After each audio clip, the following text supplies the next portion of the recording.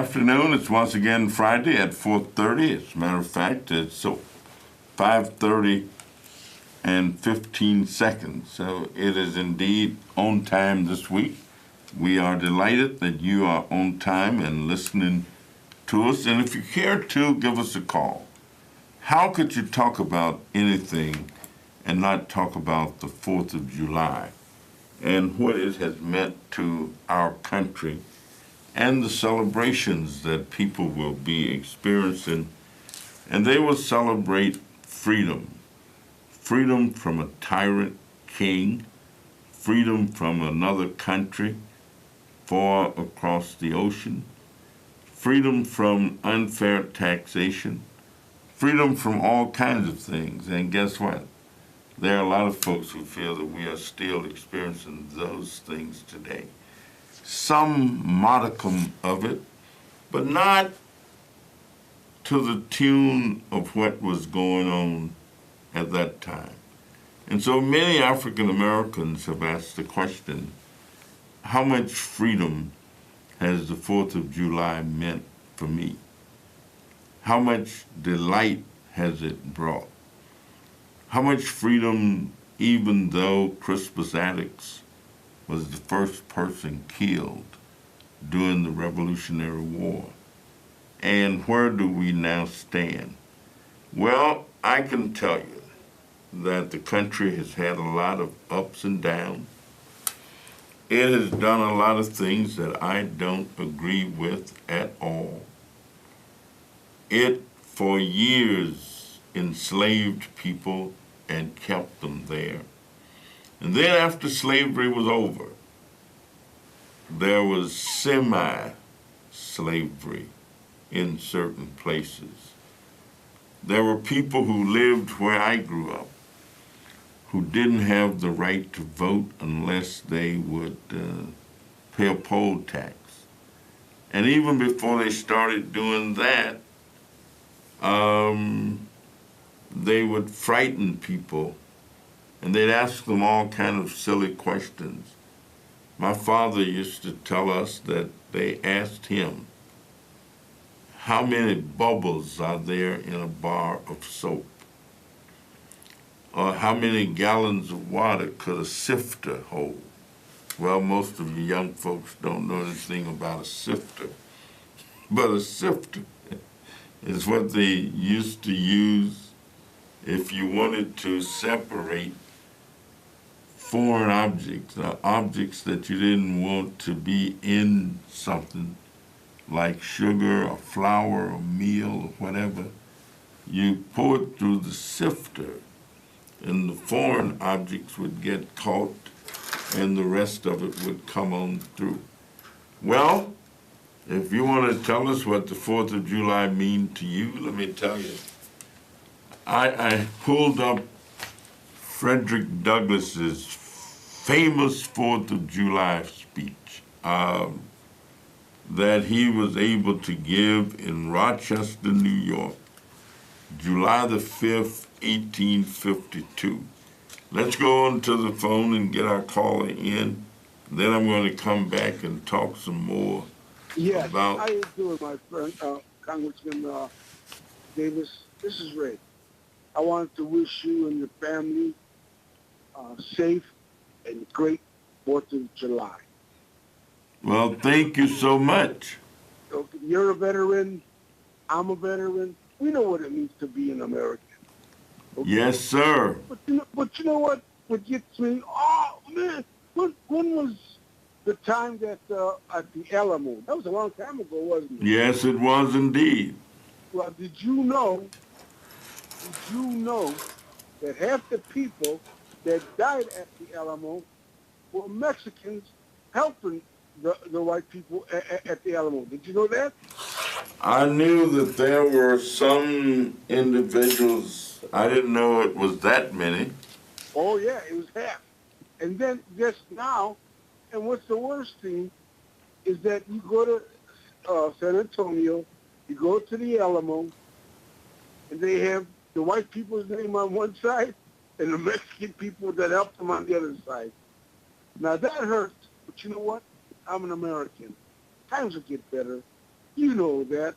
And with people like you, times have to get better because you know what you're talking about. That's all I wanted to say. All right. I'm so happy that I'm an American. I don't know what to do. Well, I agree with you, and I think that we can make America better. And, you know, one poet said, "Oh, let America be America again." The America that has never been and yet must be. And so that's the America that I'm looking forward to. And so I asked the same question that another writer asked: what shall I tell my children who are black? What can I tell them in a way that they will understand the perils that we have been through as a people? What can I tell them that helps them to know? It's important what you're saying. But can I say this? Yes. That's still happening to my people. I'm Mexican. I was born here. I fought for my country like you did. And still, I get called spit or wetback but you know what? I know what I am. I'm a proud American. So all that just goes away. All right. Now I'm going to hang up. I'm going to let you talk. And you're a great man, sir. Thank you so very much, and I really appreciate your call, and I appreciate your spirit. Our number is 312-7. I don't have my glasses on, but you can give us a call. You see it, and tell us what you think about when you think of the 4th of July. Now, Frederick Douglass, you know, he talked about a lot of things, but he also let people know that he didn't consider the 4th of July as having liberated him, because even though there had been the 4th of July, he had been enslaved and actually escaped from slavery. But I don't think that that necessarily kept him from having a sense of patriotism. Here's something that he said. He said, "Pride and patriotism, not less than gratitude, prompt you to celebrate and to hold it in perpetual remembrance. I have said that the Declaration of Independence is the ring bolt to the chain of your nation's destiny. So indeed I regard it. The principles contained in that instrument are saving principles. Stand by those principles. Be true to them on all occasions, in all places, against all foes, and at whatever cost. From the round top of your ship of state, dark and threatening clouds may be seen. Heavy billows like mountains in the distance disclose to the leeward huge forms of flinty rocks that bolt, drone, that chain broken, and all is lost. Cling to this day, cling to it and to its principles with a grasp of a storm-tossed mariner to a spar at midnight." Seemed that he was saying that whatever you make of this declaration, whatever you think that it is, you gotta hold on to it, cling to it, believe in it, understand it, and be patriotic to your country. And I consider myself a patriot, even though I've had misgivings about the intent of my country at lots of different times. And I've disagreed with the direction of my country. But that disagreement has always been honest disagreement if I thought and if I felt that the country was going the wrong way. And if I felt it was going the wrong way, then it's my responsibility to be about the business of trying to straighten it out. We'll go to the phone. Caller, are you there? Yes, Congressman. This is a great day to be on God's green earth. And you was all, and also everyone, have a great holiday, safe holiday. Make sure, just be careful, and you have to watch people. You have to be very careful. At the beginning, you asked what is the 4th of July meant, and that was wonderful reading, too. To me, it was I'm going to have a two-part, and it's going to be quick. It meant the beginning of a great America that as we know of right now. Sure, there have been some tweaks and tweaks to it, but the ideal is to try to make America one great country. Now you know what I'm going to say. We have a man in office, President Donald Duck. He is tearing this country apart. For one thing, he never was a politician, and he don't have no ideas sometimes. And this is just my belief. I'm quite sure as other people say I'm the one that's crazy. But he don't know what he's doing. He don't listen, and he's more of a dictator, seem like, than somebody to facilitate. You asked a question earlier. What do we tell our children, or what our children now will say 40 years or 30 years from now? What they're going to say about Donald Duck? I think it's one of the worst things that ever happened. And if we keep on going, he's going to be disapproved so bad. You see it's two figures of what, 16, 17%? Yeah. It's going to determine that this man's going to be one of the worst presidents that ever have been in America. And then now we're searching ourselves, how did he get there? Maybe the Russians did it. But that's my thing that I like to say. I want to wish you and your family a wonderful holiday. Let me get out the air so I can hear your response. And thanks for taking the call. Thank you so very much, and I am looking forward to the 4th of July holiday. There are lots of things to do. There are parades that many suburban communities have.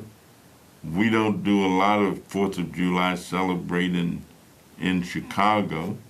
We have a lot of other celebrations and a lot of other parades, but I'm not familiar with a parade in the city that's a city-sponsored, citywide parade.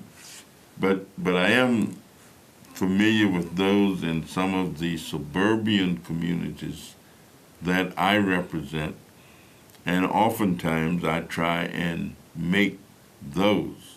So I may not be down on Michigan Avenue, but I might be out in Oak Park, or might be out in Hillside, might be out in Berwyn, might be out in Westchester. But let's go to the phone. Caller, are you there? Yes, good evening. Good evening. How are you? Excellent, Congressman. I just wish, as we sit here and listen to you and all the people who have been calling, if we could just bring back the old school system in the city of Chicago. The public school system where we had the different trade schools and different things. So we got more talented young people. We got more good family, but you would never know it because they're making money off of the craziness that they have taken away from us. They've taken away our trade school. Our kids are great. Our kids are phenomenal. Our elected officials are fine. But you need to be educated and know when one is not doing right, hey, you got voting power. Vote them out of office, but don't give up on life.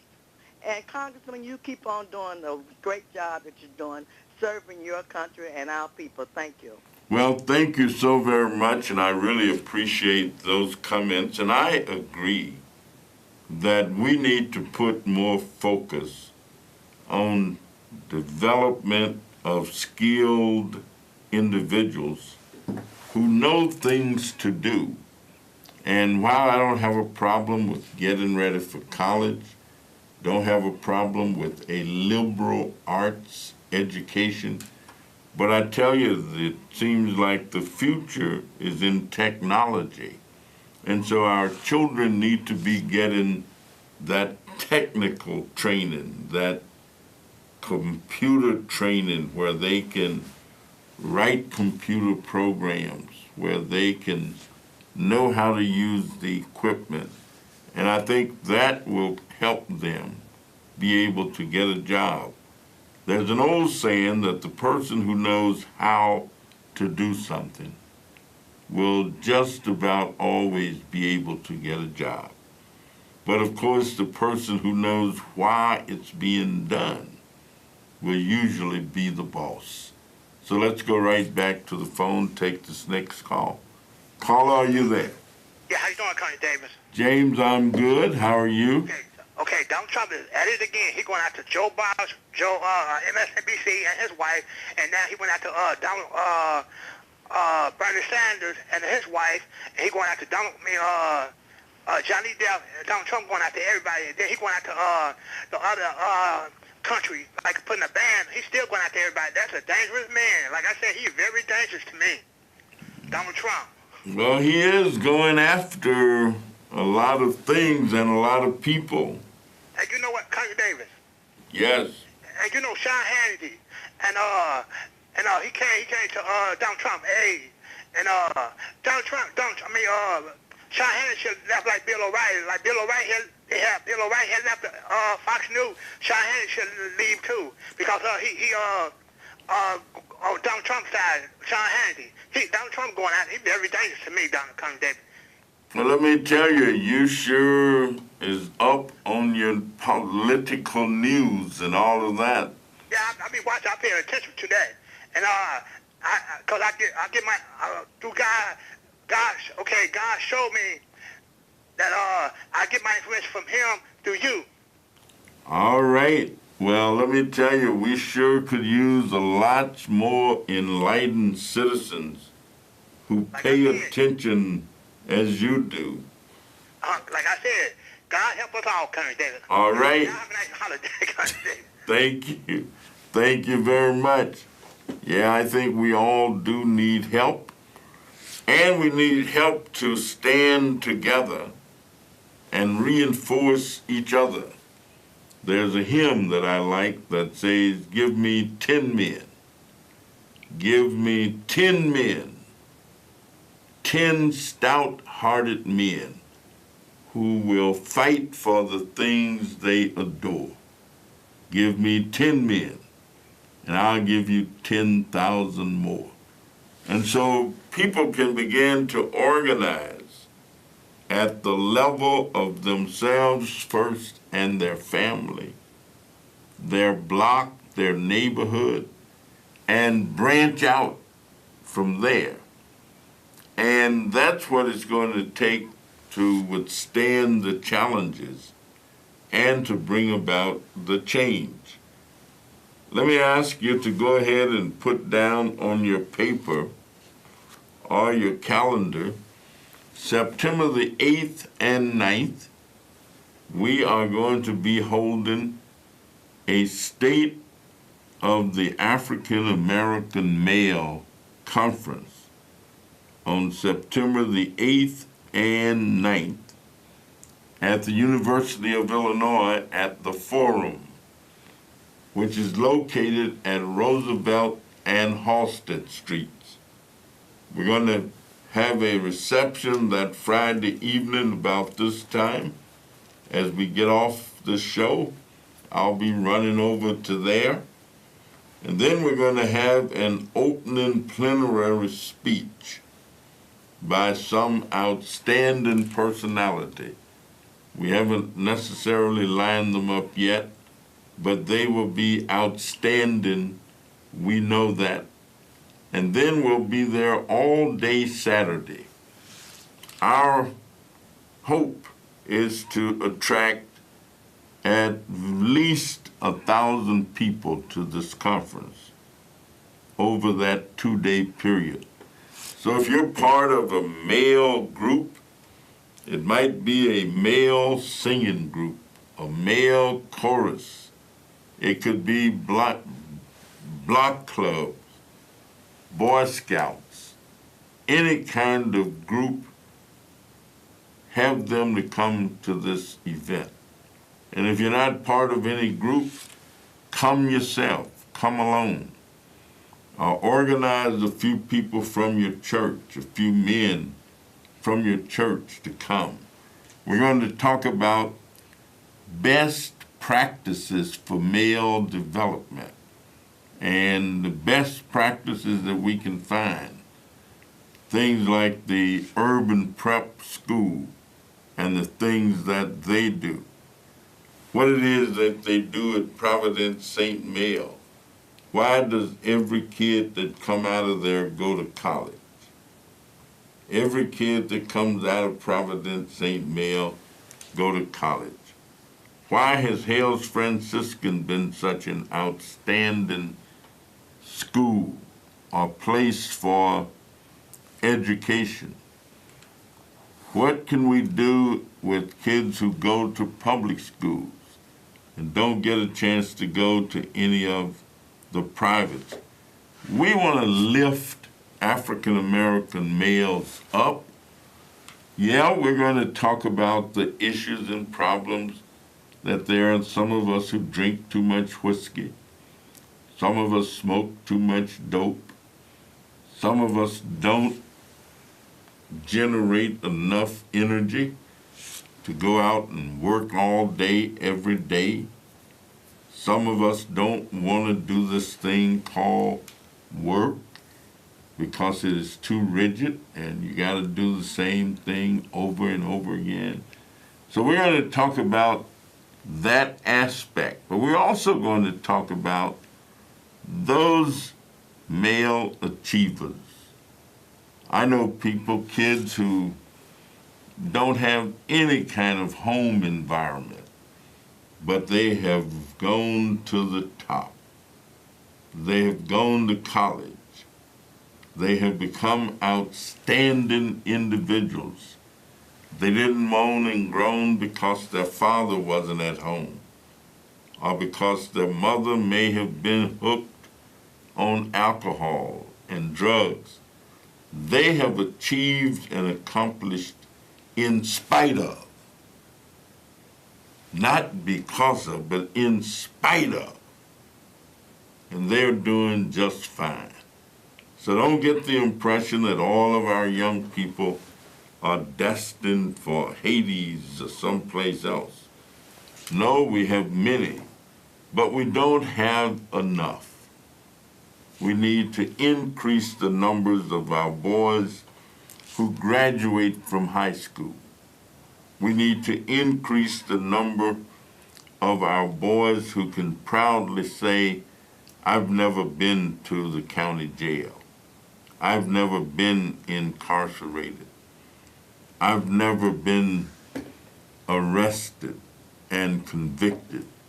So we need to increase those numbers. We need to increase the numbers of young men who say, well, you know, unfortunately, my girlfriend and I got a little carried away and we now have a child. I didn't intend to have a child this soon, this early, but I'm doing everything in my power to take care of that child that I helped produce.